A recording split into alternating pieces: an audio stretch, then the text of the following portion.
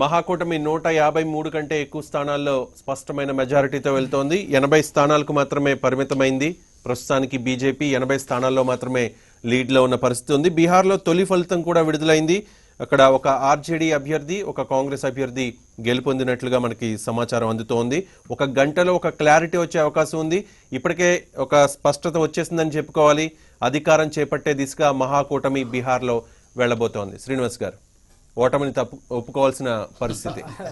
అది నేను ముందే చెప్పాను కదా సార్, ఓటమి ఒప్పుకోకపోవడం అనేది ఇప్పుడు దానికంత మూర్ఖత్వం ఇంకేం ఉండదు. మేము ఇప్పుడు ఏదో అయిపోతుంది, ఇంకేదో మారిపోతుంది. ఒక విషయం ఏంటంటే ఇక్కడ దీంట్లో మీరు ఒకటి నేను అంటే అర్థం చేసుకోవాల్సింది ఏంటంటే, ప్రతిపక్షాలలో ప్రతిదానికి రాద్ధాంతం చేయడం ఎక్కువైపోయింది. అర్థమైందా? ఒకటి మేము ఒకటే చెప్పాం ఫస్ట్ నుంచి సార్, మీరు 243 నియోజకవర్గాలు ప్రజలకు మీ పార్టీ ప్రజల్ని ఏమార్చేందుకు కానీ ప్రజల్ని అవమానపరిచే రీతిలో మీ ప్రధానమంత్రి మీ పార్టీ వాళ్ళు మాట్లాడుతున్నారు. ప్రతిపక్షాలని ఎక్కడ పెట్టాలో అక్కడే పెట్టింది. 41 సీట్లు. ఒక నిమిషం తెలుగుదేశం పార్టీకి అవకాశం ఇద్దాం. శ్రీరాములు గారు, మీ మిత్రపక్షం ఈ రోజున బీహార్లో అంత ఘోర వైఫల్యం దిశగా వెళ్తూ ఉంది. ఏం చెప్తుంది టీడీపీ? ప్రజా తీర్పుకి ఎవరైనా తొలగలసింది అంటే ఓటమికి కారణం ఏమై ఉంటుందని మీరు అనుకుంటారు? బీజేపీ ఏదైనా తప్పు చేసిందా బీహార్లో? బీజేపీ తప్పు చేసిందా, నితీష్ ఒప్పు చేశాడు అది కాదు. అంటే కానీ మీరు అదే ఇప్పుడు నన్ను అడిగారు కాబట్టి చెప్పాను. నేను గతంలోనే 10 సంవత్సరాలు నితీష్ ఏ విధంగా పరిపాలించాడు, ఇప్పుడు భవిష్యత్తులో అతను ఏ విధంగా ఉపయోగపడతాడు, ఏ విధంగా పరిపాలన సాగిస్తాడు అనే దాని మీద తీర్పు వచ్చింది. అక్కడ ఎక్కడ ఫెయిల్యూర్ అయింది బీజేపీ? బీజేపీ ఫెయిల్యూర్ అంటే వాళ్ళు స్థానికంగా కొంతవరకు నాయకత్వం ఫోకస్ లేకుండా పోవడము, అమిత్ షా యొక్క వ్యూహాలు ఫెయిల్ అవ్వటము, తర్వాత ఆ దేశ స్థాయిలో జరిగినటువంటి ఎన్నికలు వేరు, రాష్ట్రంలో జరిగేటువంటి ఎన్నికలు వేరు. అవి స్థానికంగానే పరిగణిస్తారు. ఎవరు ఇప్పుడు చూడు ఆ రాష్ట్రానికి ఆ ప్రాంతానికి గతంలో ఎవరేం చేశారు, ఇప్పుడు ఎవరు ఏం చేయబోతారు అనే దాని మీదే జరుగుతుంది అక్కడ.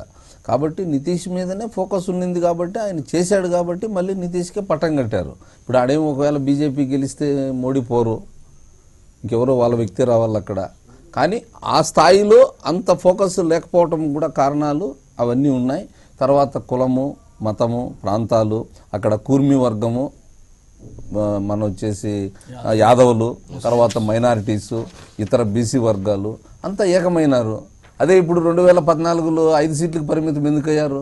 ఇప్పుడు ముస్లిమ్స్ వేశారుగా, యాదవులు వేశారు కదా, క్రిస్టియన్స్ వేశారు కదా, అదే కూర్మీలు కూడా నీకు బీజేపీకి వేశారు కదా. ఎందుకు వేశారు? నరేంద్ర మోడీ అవసరము, నరేంద్ర మోడీ ఈ దేశ నాయకత్వానికి అవసరము. కాంగ్రెస్ ఫెయిల్ అయింది కాబట్టి నరేంద్ర మోడీ సక్సెస్ అయ్యాడు అక్కడ.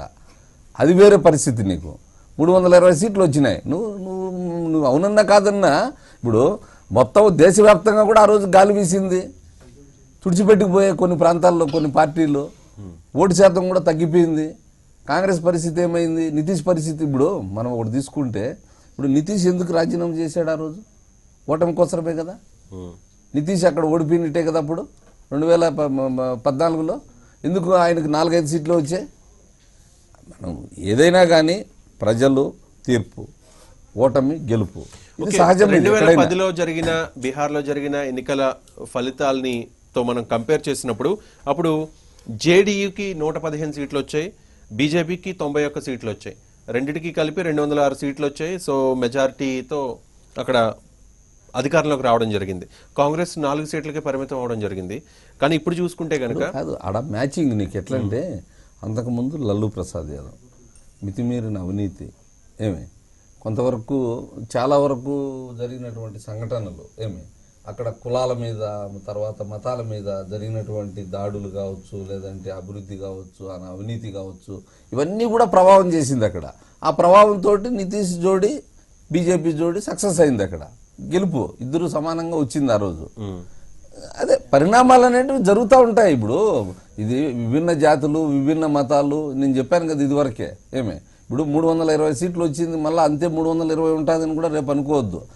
ఒకవేళ బీజేపీ కాకపోయినా, కాంగ్రెస్ రాకపోయినా కూడా ఇతర పార్టీలన్నీ కూడా మళ్ళీ కలిసి రేపు దేశంలో రావచ్చునేమో.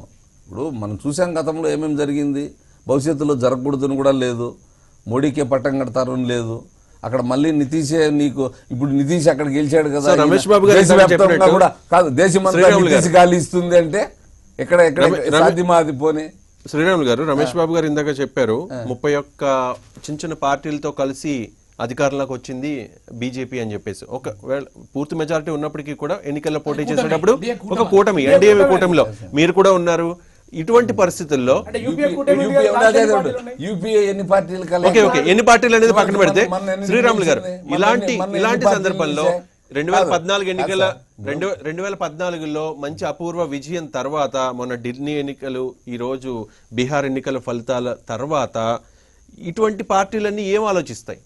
ఇప్పుడు కేంద్రంలో జరిగే పార్లమెంట్ ఎన్నికలు వేరు, రాష్ట్రంలో జరిగేటువంటి శాసనసభ సో ఎన్నికలు వేరు. మిత్రపక్షంగా మీరు ఉన్నారు కాబట్టి, అలయన్స్ లో మీరు ఉన్నారు కాబట్టి, రేపు జరగబోయే కొన్ని రాష్ట్రాల ఎన్నికల్లో ఎవరైతే ఇప్పుడు బీజేపీతో ఉంటున్నారో సంకీర్ణంలో, వాళ్ళు ఏం ఆలోచించాల్సిన అవసరం ఉంది ఇటువంటి సందర్భంలో? ఇప్పుడు కొంతమంది అవసరాలు, అవకాశము, అవసరం ఎట్లుంటుంది, అవకాశం ఎట్లుంటుంది అని పోయే వ్యక్తులు కూడా ఉంటారు, కొన్ని పోయే పార్టీలు కూడా ఉంటాయి. రాజకీయాలు అలాగే ఉంటాయి కదా, మీరు అవకాశం- తమిళనాడులో చూడండి, అవకాశం, అవసరం.